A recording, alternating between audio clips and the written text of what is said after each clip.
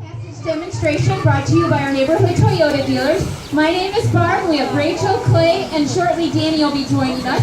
But this, of course, is our star attraction. This is our 11-year-old bull elephant, Bodie. He weighs around 8,300 pounds, and he came to us from the Columbus Zoo where he was born. He was actually the first elephant to live in Toyota Elephant Passage. So he got to break in this exhibit, tell us what needed to be elephant-proof. Believe it or not, they are extremely intelligent and extremely smart and strong. So Bodie told us where our weak points were. Does anyone know any of the other 3 elephants we have here? Billy? Did I hear Billy? Yep, Billy is our 7-year-old bull elephant, weighs around 5,300 pounds. Dang. He made the longest journey to join us here at Denver Zoo. He was born at the Dublin Zoo in Ireland. Then he spent almost a year at the Antwerp Zoo in Belgium before flying in a cargo plane to the Denver Zoo and joining us. This summer will mark his 2-year anniversary here. Then we have the largest boy elephant at the Denver Zoo. He's actually the largest animal in the state of Colorado. Does anyone know his name? Groucho, that's right.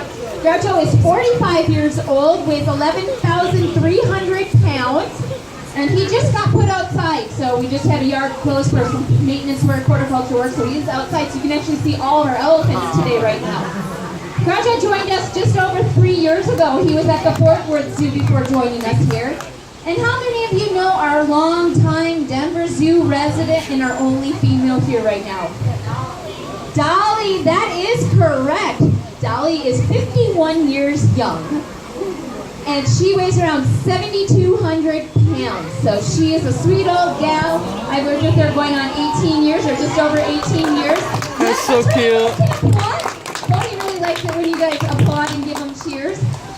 So that's a little bit about our 4 elephants. On average, Asian elephants live around 45, 46. So we have 2 elephants that we consider geriatric or older, and 2 very young elephants. And believe it or not, Bodie, being 11, he still has a good 9 years of growing to do. So he's a very tall elephant, and I wouldn't be surprised if he gains another foot or 2 in height before he is completely grown. So that's, like I said, a little bit about our elephants. What you're seeing here is a training session. So Bodie is the trainee, and Rachel is the trainer. And Bodie decides whether or not he wants to participate. We do our training through operant conditioning using positive reinforcement. So if Bodie does what Rachel asks, she'll blow a whistle that tells Bodie that's exactly what I wanted. Now here comes your reinforcement. So what you're seeing here, Bodie likes to play the game of cat and mouse with the water. So the water is the cat and he is the mouse. And usually once he gets completely wet, he is totally fine with the bath. Funny thing is inside the barn, where it's a little more controlled space, he's like, whatever, get me wet, I can't get away from you. So it's really kind of funny that they have learned this little game, and obviously it's not that much of a negative impact on him because he comes right back up here to get more reinforcement. Now, if we were lucky and it was raining, chances are he'd already be in the pool, because for whatever reason, in the 18 years I have worked with elephants here at the Denver Zoo, raining in the pool, hot and sunny like this, they don't want to get wet. But see, you can kind of tell Bodie's actually just backing up to get the treats that are going away, but he's going to probably come right on back up and get hosed off. So hopefully then maybe Rachel can get him into the pool, so have your cameras ready if he does that.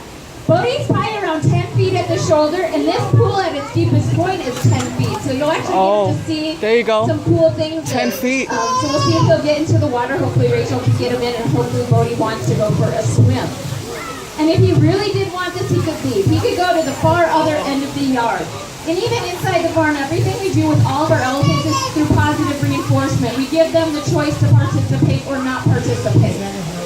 Think Bodie's doing a really good job? Yeah? He did not want to get wet at all this morning. So he must know it's going to rain, so you might as well just figure get wet now because I'm going to get wet later. What's really cool about this exhibit is it's a 10-acre exhibit. And then we have what we call 5 large yards that are rotational. What rotational means is that we can rotate the animals through these yards. So yesterday, Groucho was actually out here. The day before that, it was Dolly. So we rotate what elephant is out here. Sometimes we even have a rhino come out here and do demonstrations.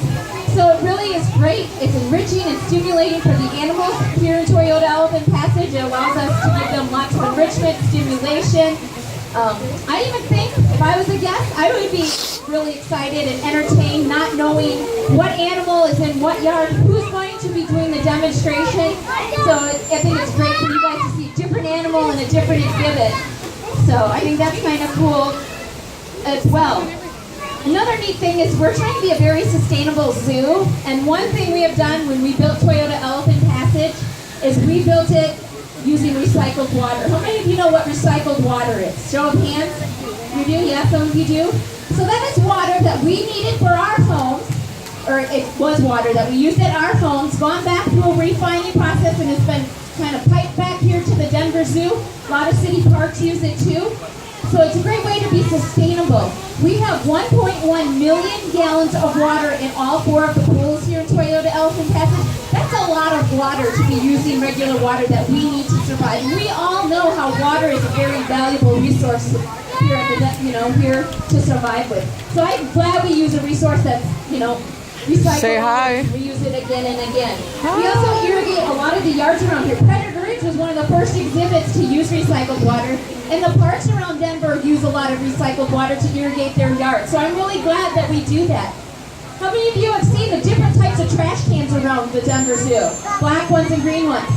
Well, another thing we're doing is hopefully you guys will keep on looking at those and putting the materials in the right trash cans. We have a gasification system that they're putting in the final touches on that's going to take all animal waste and 90% of the trash that you guys bring or that the restaurant gift shop uses and convert it into a fuel to help provide lighting and heat for the 2 buildings here in Toyota Elephant Passage. So I think that's a great way to reuse a resource as well. And Brody's slowly making his way into the pool, so hopefully he'll continue on and he'll join us and not turn around and walk away.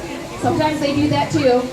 But I bet you he'll come all the way. He's just going to pick all those little treats out of the pool. The really cool thing is that he comes all the way up. If you can get a good look into his mouth, you'll see that he has 4 giant molars in his mouth. Oh, he's changing his mind. Anyhow, elephants have 4 molars in their mouth, but what's really cool with elephants, instead of going through 2 sets of teeth like we do, they go through 6 sets of teeth in their lifetime. Asian elephants, the males are the only ones that you're going to see tusks on. Their tusks are actually a modified upper incisor, and that is ivory. But females don't have visible tusks, so that's one way you can tell males from females of the Asian species.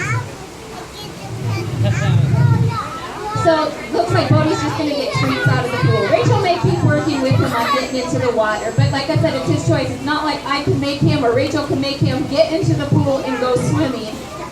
We wouldn't go home at the end of the night. We went in there. We are what we call a restricted contact program or protected contact program, which means we always work our elephants through a barrier. So this pool is acting as a barrier. Inside the barns, it's the bollards or our working wall. So that's another cool thing as well. But I think even for Bodie, for a wonderful day like today, he's doing an awesome job. So we're going to see if he'll do a bit. Rachel's trying to get him to do a few more behaviors. So we'll see if he'll do a couple more for Rachel. If you guys have any questions, come on up to the glass when we're finished here, and we'll answer any questions you may have. If you need to continue on your journey, feel free to take off and go check out all the other critters here. It looks like the storm's going to go south and east of the zoo, so let's hope that's the case. Again, thank you so much for coming to Denver Zoo. Thank you to our neighborhood Toyota dealers who helped make this exhibit possible. And you folks all have a wonderful day and a fun and safe weekend.